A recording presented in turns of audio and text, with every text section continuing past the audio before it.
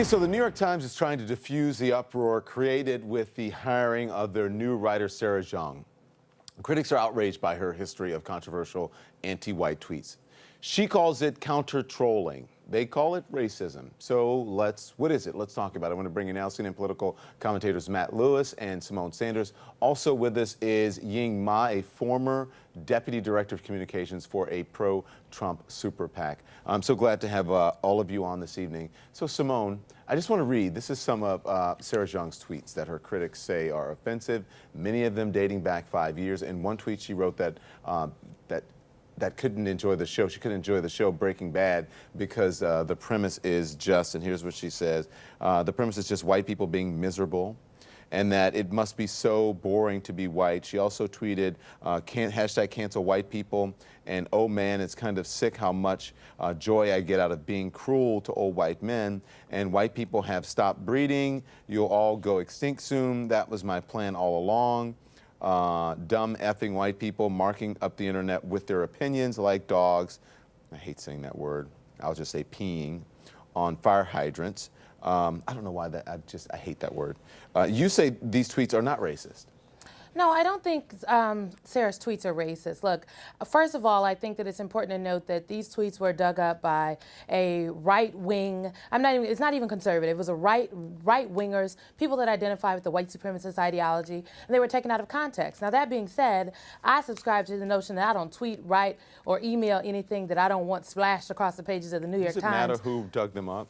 I know, but I think it matters that it's selective. That's what I'm saying. And so some of the tweets are taken out of context. I think in Sarah's explanation, she noted that some of it was counter-trolling. Would I have written anything like that? Absolutely not. But it's not racist for this reason. One, Don, racism, being racist, is not just prejudice, it's prejudice plus power. So one could argue that some of her tweets, even within context, note that she has a prejudice perhaps against white men. But that, in fact, does not make her racist. I don't think she's a racist. I absolutely think we're conflating two conversations. Does it make her a bigot? Does it make her... No, I don't think it makes her a bigot either. Again, I think you have to look at the tweets within the context. Could she be prejudiced? Could she have some, not just implicit, but negative bias towards white men in America due to perhaps what she's experienced throughout her life? Probably, absolutely. Does that mean, though, that she is in fact racist? No, because race is prejudice plus power. Could she be prejudiced? Absolutely. But I think we're conflating many different conversations, and we have to be clear about what we're talking about. Ying, what do you think? Are these tweets racist? I think the tweets certainly are racist. Whether Sarah herself is a racist, I think that's a different question, because if you look at her tweets, and in fact, I actually spent quite a bit of time... Can you separate those two for me? How can... Well, if I could continue, I actually looked at a whole bunch of her tweets, a lot more than what you just read out loud, and that's quite a bit of time I can't get back. But it's clear that she's a young lady who is very confused, very indiscreet, who is trying to be very funny, but who is failing spectacularly. And you sort of have to feel sorry for her that she somehow went through one of the best universities in the country, Harvard Law, and what she does is she spends her entire time obsessing about white people and saying nasty things about white men and white women. But it's so also clear from her remarks that she doesn't think all white people are what she describes, and so there is a certain element of attempting to be humorous but not actually succeeding. However, if you look at her tweets and if you actually do look at the context is that she is purposely saying racist things against white people for what she believes is great effect. Okay, I'm not sure.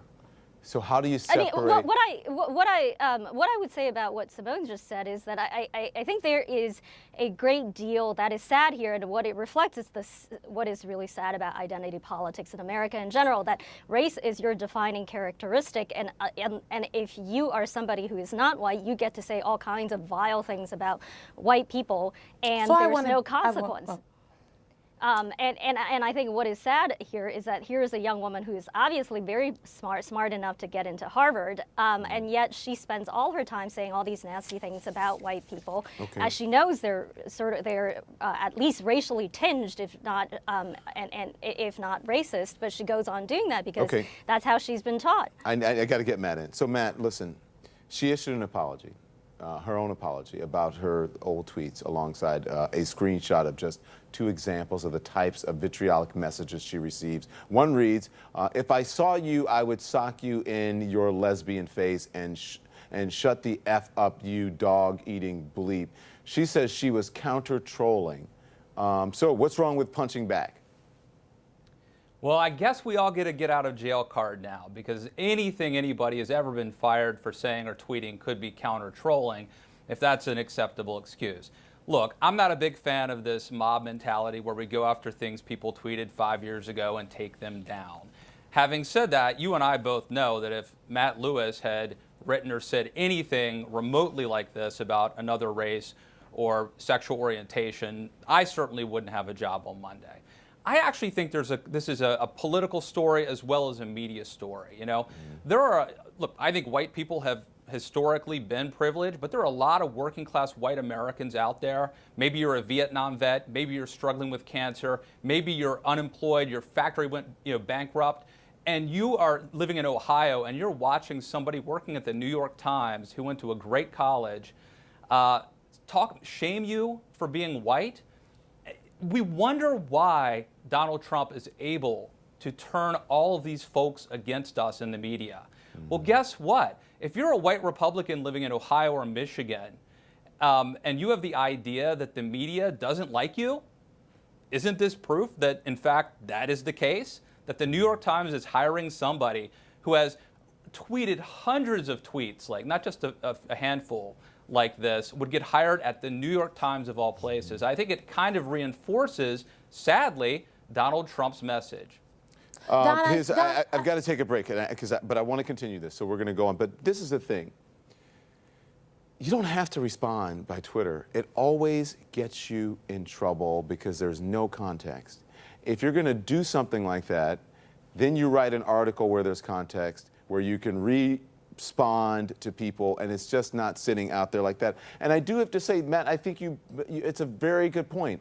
If I saw something like that from you, I would say, you know what, I'm not sure Matt should be working here anymore, and you probably would not be working here anymore. Who gets to decide what's racist or not? We'll talk. This is a New York Times, not her statement, the New York Times statement. This is her journalism and the fact that she is a young Asian woman have made her the subject of frequent online harassment. For a period of time, she responded to the harassment by imitating the rhetoric of her harassers. She sees now that this approach only served to feed the vitriol that we too often see on social media. She regrets it. And the Times does not condone it. So, I want to be clear. I'm not defending the fact that I'm not defending it. But what I am saying is, just because someone said something terrible about you on social media does not mean you have to respond. You should go through my social media feed, and I never respond. Everyone says, I can't believe that stuff is on there. I don't care. I'm not racist, so I'm not going to be drawn into it by responding to a stupid bigot on social media. And if I did, guess what? CNN would fire me. Perhaps.